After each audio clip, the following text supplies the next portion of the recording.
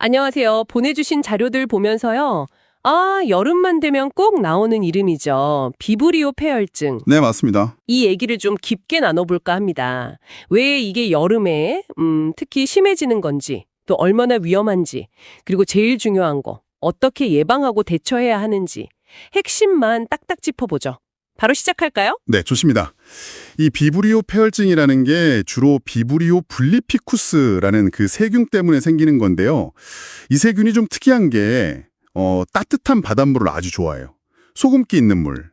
아, 따뜻한 바닷물이요? 네, 그래서 수온이 한 20도씨 이상 올라가는 딱 여름철 연안에서 아주 그냥 뭐랄까 폭발적으로 늘어나는 특성이 있습니다. 아하, 그러니까 단순히 날씨가 더워서라기보다는 그 세균 자체가 따뜻한 바다 환경에서 막 활발해지는 거군요. 그렇죠. 여름철에 해수욕 가고 또 회나 해산물 많이 드시잖아요. 그런 활동 증가랑 딱 맞물리는 거죠. 자료 보니까 치사율이 뭐 50%를 넘는다고 하던데 이게 감염병 중에서도 엄청 높은 거 아닌가요? 왜 이렇게까지 치명적인 건가요? 네, 맞아요. 굉장히 치명률이 높은데요. 그 이유가 몇 가지 있습니다. 우선 진행 속도가 정말 빨라요. 속도요? 네, 감염되고 나서 정말 하루 이틀, 24시간에서 48시간 안에 폐혈성 쇼크로 확 나빠질 수가 있어요. 그래서 치료 골든타임을 놓치면 말씀하신 대로 절반 이상의 사망에 이를 수 있을 정도로 굉장히 위험하죠. 와, 정말 무섭네요. 그리고 이 균 자체가 또 강력한 독소를 막 뿜어내요. 이게 우리 몸의 조직을 직접 파괴하고요. 혈액 응고에도 문제를 일으키고 여러 장기 기능을 그냥 망가뜨려 버립니다. 심지어는 우리 몸의 면역 체계가 이 균이랑 싸우려다가 뭐랄까 너무 과하게 반응해서 오히려 자기 몸을 손상시키는 경우도 있고요. 듣기만 해도 심각한데요. 그러면 감염은 주로 어떤 경로로 이루어지나요? 뭐 바닷가 근처 활동이나 음식 때문이겠죠. 네, 맞습니다. 크게 두 가지 경로로 보시면 돼요. 하나는 이제 오염된 해산물, 특히 여름철에 그 굴이나 조개 같은 어패류 있잖아요. 네네. 이런 걸 날것으로 먹거나 아니면 덜 익혀서 먹었을 때 입을 통해서 감염되는 경우가 있고요. 이걸 경구 감염이라고 하죠. 아, 먹어서 걸리는 거? 네, 다른 하나는 피부에 난 상처를 통해서 감염되는 건데요. 이게 아주 작은 상처, 뭐 긁힌 상처라도 괜찮아요.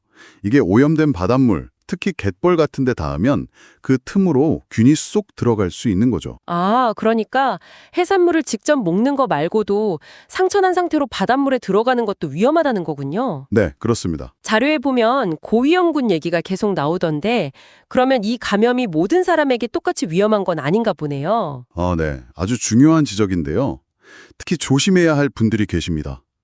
가장 위험한 분들은 만성 간질환, 그러니까 간경변이나 만성 간염 같은 병을 앓고 계신 분들이에요. 아, 간질환이요? 네, 그리고 당뇨병 환자분들, 또 알코올 중독 상태인 분들, 암 치료 같은 걸로 면역력이 많이 떨어져 있는 분들, 그리고 어르신들도 고위험군에 속합니다.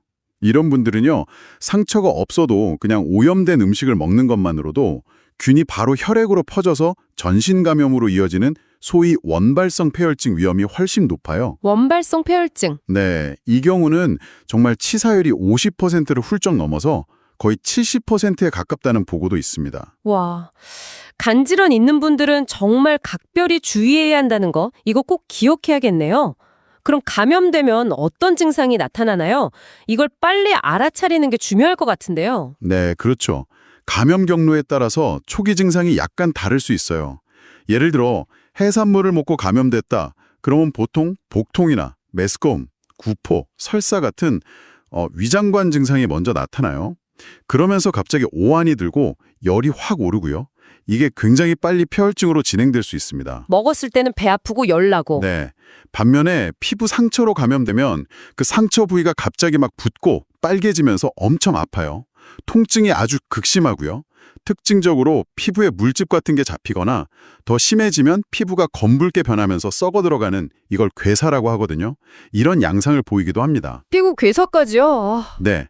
그리고 두 경우 모두 공통적으로 갑작스러운 고열, 오한, 그리고 혈압이 뚝 떨어지는 쇼크 증상에 동반될 수 있다는 점이 아주 중요합니다. 증상 나타나면 진짜 한시가 급하겠네요. 그럼 뭐니 해도 예방이 최선일 텐데 어떻게 대비해야 할까요? 네. 예방이 정말 중요합니다. 핵심은 역시 말씀하신 대로 해산물 섭취와 상처 관리예요. 어패류는 속까지 완전히 익도록 중심부 온도가 85도씨 이상 되게 충분히 익혀 드시는 게 좋고요. 여름철에는 가능하면 날것으로 드시는 건 피하는 게 안전합니다. 네, 익혀 먹는 거. 그리고 피부에 상처가 있다면 바닷물 접촉은 피해야겠죠.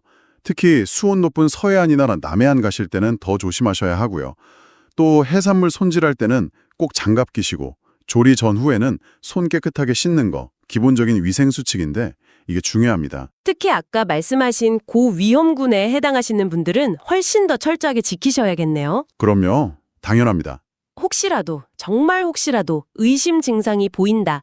그러면 망설일 시간이 전혀 없겠군요. 네, 절대 없습니다. 비브리오 폐혈증은 정말 시간과의 싸움이에요.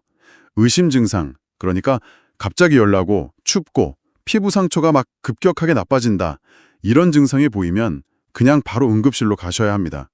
최대한 빨리 강력한 항생제 치료를 시작하고 필요하면 그 피부 썩은 부분, 괴사 부위를 제거하는 수술적 치료까지 받아야 생존율을 높일 수 있습니다. 빨리 진단받고 빨리 치료하는 게 예후를 결정짓는 가장 중요한 열쇠죠. 네, 알겠습니다.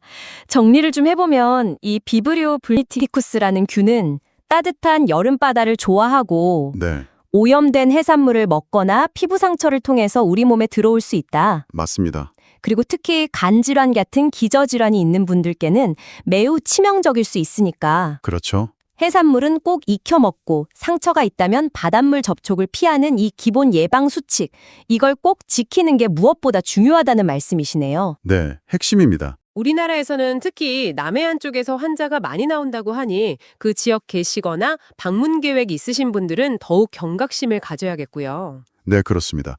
해당 지역에서는 조금 더 신경 쓰시는 게 좋겠습니다. 오늘 저희가 같이 살펴본 이 내용들이 여러분께서 건강하게 여름을 나시는데 조금이나마 실질적인 도움이 되기를 바랍니다. 네, 그러길 바랍니다. 근데 여기서 한 가지 더 생각해 볼 점이 있는 것 같아요. 요즘 기후변화 때문에 해수 온도가 계속 올라가고 있잖아요. 아, 네, 중요한 문제죠. 이게 어쩌면 이 비브리오균이 살기 좋은 환경이 점점 더 넓어지고 또 활동 기간도 길어질 수 있다는 뜻 아닐까요? 충분히 가능한 시나리오입니다. 그럼 미래에는 꼭 여름이 아니더라도 아니면 예전에는 괜찮다고 생각했던 지역에서도 이 비브리오 폐혈증 위험이 커질 수 있는 거 아닌가?